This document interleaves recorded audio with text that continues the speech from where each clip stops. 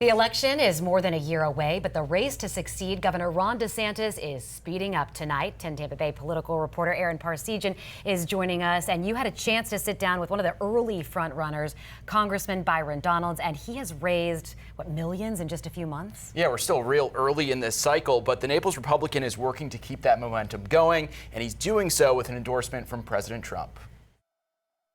Why get in so early?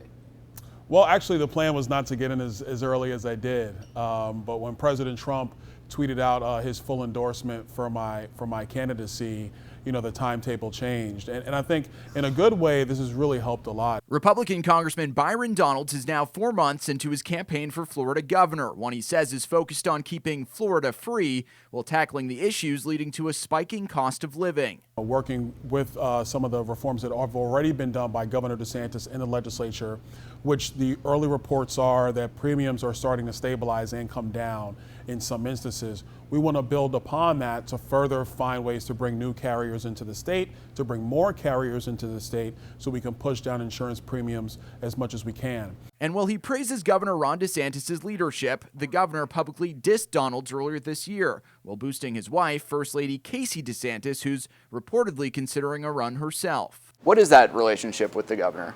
Look, it's been better, but these things ebb and flow in politics.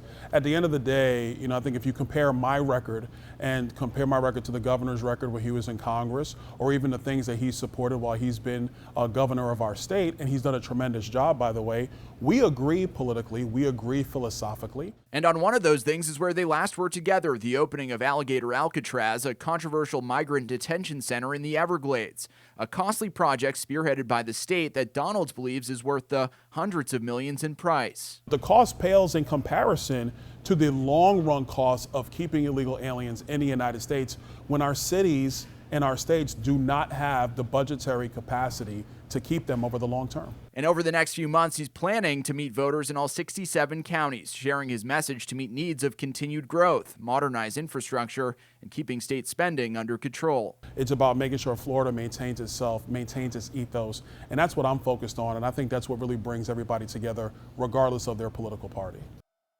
And you can see Aaron's full interview with Representative Donalds on our 10 Tampa Bay app, alongside our sit down with the biggest name on the Democratic side of the race so far, David Jolly.